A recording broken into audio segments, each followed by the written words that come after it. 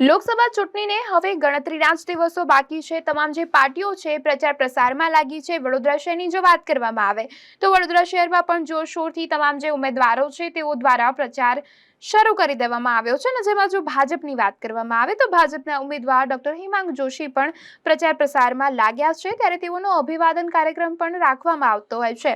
તેવામાં આજની જો વાત કરવામાં આવે તો વડોદરામાં આરોગ્ય સેવા કર્મચારી સંગઠન દ્વારા ભાઈલાલ અમીન જનરલ હોસ્પિટલ ખાતે ભારતીય જનતા પાર્ટીના લોકસભાના ઉમેદવાર ડોક્ટર હેમાંગ જોશી માટે એક અભિવાદન કાર્યક્રમની ખાસ આયોજન કરવામાં આવ્યું હતું, જેમાં તેઓનું અભિવાદન કરવામાં આવ્યું। વડોદરાના એલેમ્બિક ખાતે ભાઈલાલ અમીન જનરલ હોસ્પિટલ ખાતે વડોદરા શહેરના ભારતીય જનતા પાર્ટીના યુવા શિક્ષિત ઉમેદવાર ડોક્ટર હેમાંગ જોશીની ઉપસ્થિતિમાં અભિવાદન કાર્યક્રમ યોજાયો। ઉમેદવાર ડોક્ટર હેમાંગ જોશીને બુકે આપીને તેમનું બહુમાન કરવામાં આવ્યું।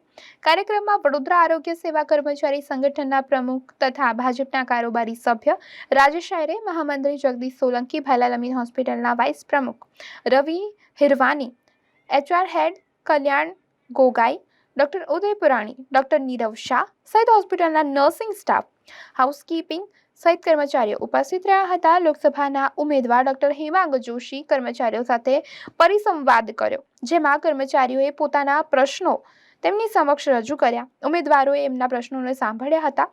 સાથે વડોદરા આરોગ્ય સેવા કર્મચારી સંગઠનના પ્રમુખ રાજેશ આયરે લોકો 7 મેના રોજ લોકસભાની ચૂંટણી યોજાવાની છે, નાગરિકો સાથે વધુમાં વધુ મતદાન કરે તેવી અપીલ તેઓ દ્વારા કરવામાં આવી। આજે ભાઈલાલ અમીન હોસ્પિટલની અંદર વિવિધ પેરામેડિક્સના કર્મચારીઓ, એડમિનિસ્ટ્રેટિવ સ્ટાફ, સપોર્ટિવ સ્ટાફ સાથે એક યુનિયનની બેઠકનું આયોજન કરવામાં આવ્યું।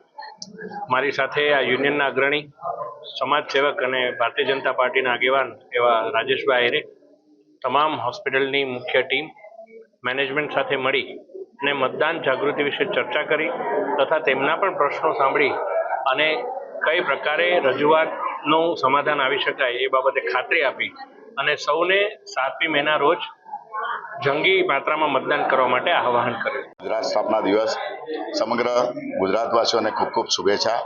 સાથે સાથે આજનો દિવસ એટલે 1 મે એટલે કામદાર દિવસ।